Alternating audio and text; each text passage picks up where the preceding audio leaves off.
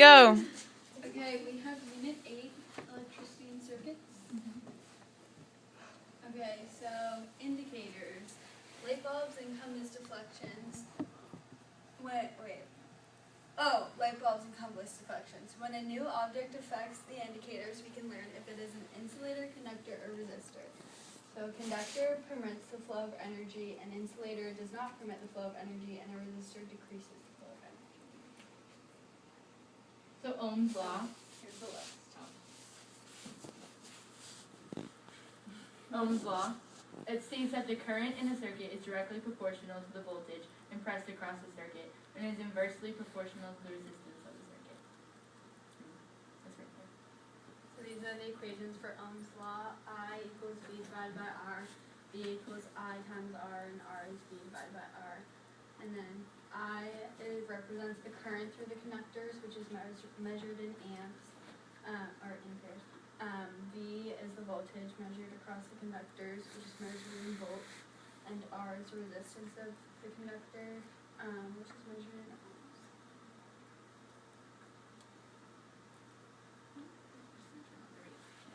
So current. Current is electric current is the flow of electric charge. Electrons carry charge through a circuit because they are free to move throughout it. Current is directly proportional to voltage. In this case, if the voltage goes up in a circuit, the current increases as well. Current is inversely proportional to resistance. In this case, if the resistance is greater, then the current will decrease. Voltage.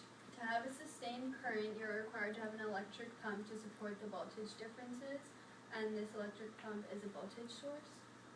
Batteries and generators are voltage sources that supply energy to make charges move, and a chemical reaction in a battery releases electrical energy. This electrical energy is available at the terminals of the battery, and don't be fooled, electrons are everywhere in the circuit, not just at one end of the battery. And closing the loops and creating a continuous connecting path with a voltage source allows the electrons to start moving. So resistance. The current also depends on the resistance of the conductor that is pushing it through.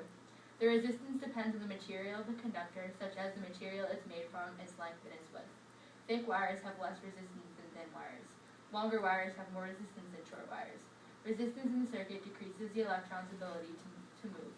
As the conductor gets thicker, there is less resistance. So an example is students in a hallway. A wider corridor allows for easier flow.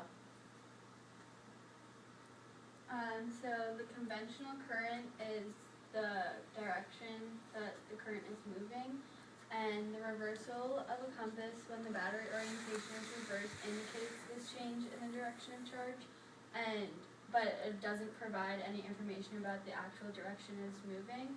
So, because there's no actual evidence, scientists assumed a direction for the motion, which is conventional, and the conventional current is that the charges circulating through the current leave the battery at the positive end and re-enter at the negative end. And here is a drawing showing, so it comes out the positive side and this end. So electric charge. When ends of an electric conductor at different electrical potentials, a charge flows from one end to another. Charge flows if there is potential difference in voltage. If there's no different voltage, there's no charge. So to keep a flow of charge, you must keep one voltage higher than the other. So here are some helpful information from the Class 1 summary exercise. So there's some of these statements. It says, indicate whether these following statements are true or false. And then, so the first one is charge moves out of each end of the battery into a loop, which is false. The compass needle deflection indicates the charge moves in only one circular direction, out at one end of the battery and in at the other. The second is light bulbs are non-directional devices, which is true. The brightness is the same even if you turn the bulb around. C, the battery determines the direction of flow of charge in a circuit, which is true. If the wires connected to the battery are reversed, the compass needle deflection will also be reversed. And D, a compass can be used to determine the exact direction that charge flows in a circuit, which is false. The compass can be used to determine relative direction, but not absolute direction. And finally, metal substances are generally conductors. True. And we learned that when we did the CAS packet. So here are some more summary exercises and different questions you can get. So how is a light bulb like a resistor? Adding a light bulb in a series circuit adds resistance to the circuit just as adding a resistor does. Number 2, which has the thickest filament, a high resistance bulb or a low resistance bulb? A low resistance bulb has a thicker filament. Number 3, what are 2 types of observations that can be used to indicate flow rate?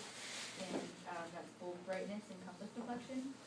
And number 4, when more bulbs are added to a circuit, is there always more total resistance as the result explained? No, if more bulbs are added in series, the total resistance increases. If more bulbs are added in parallel, there's less total resistance. And number 5, what experiments suggest that wires have essentially zero resistance? Number 1 is adding more wires in series with a bulb does not change the brightness of the bulb. The wire must have little or no resistance.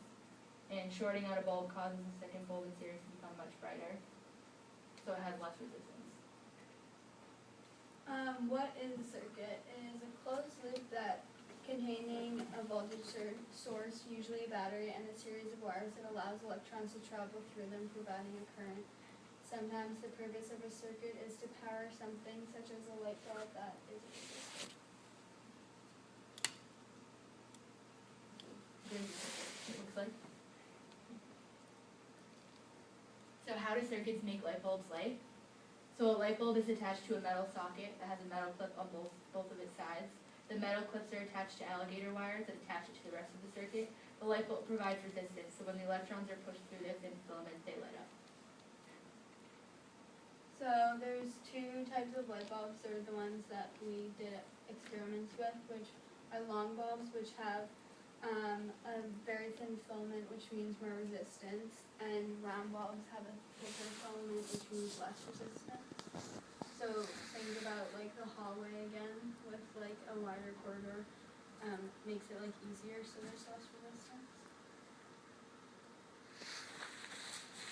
So there are two ways multiple light bulbs can be arranged in a circuit. The first one is series, where the bulbs are one right after the other in the circuit. And the second one is parallel, where the bulbs are parallel to each other. So there are those are the 2 different ways to arrange them.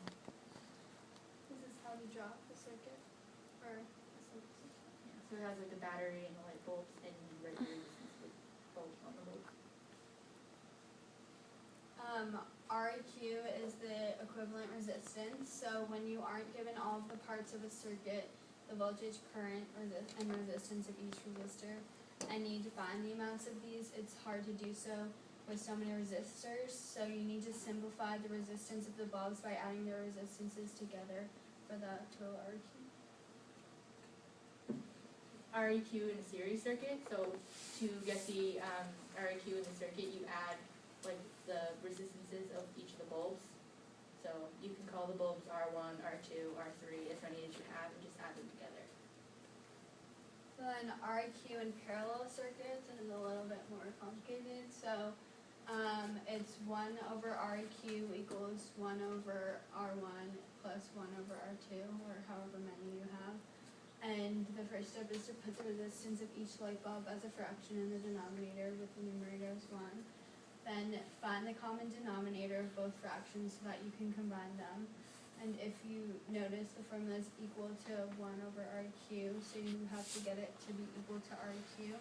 So you need to flip like the reciprocal of the fractions that you just added as well. And once you flip it, divide as it suggests, and you will have your total REQ. So we find the voltage and current.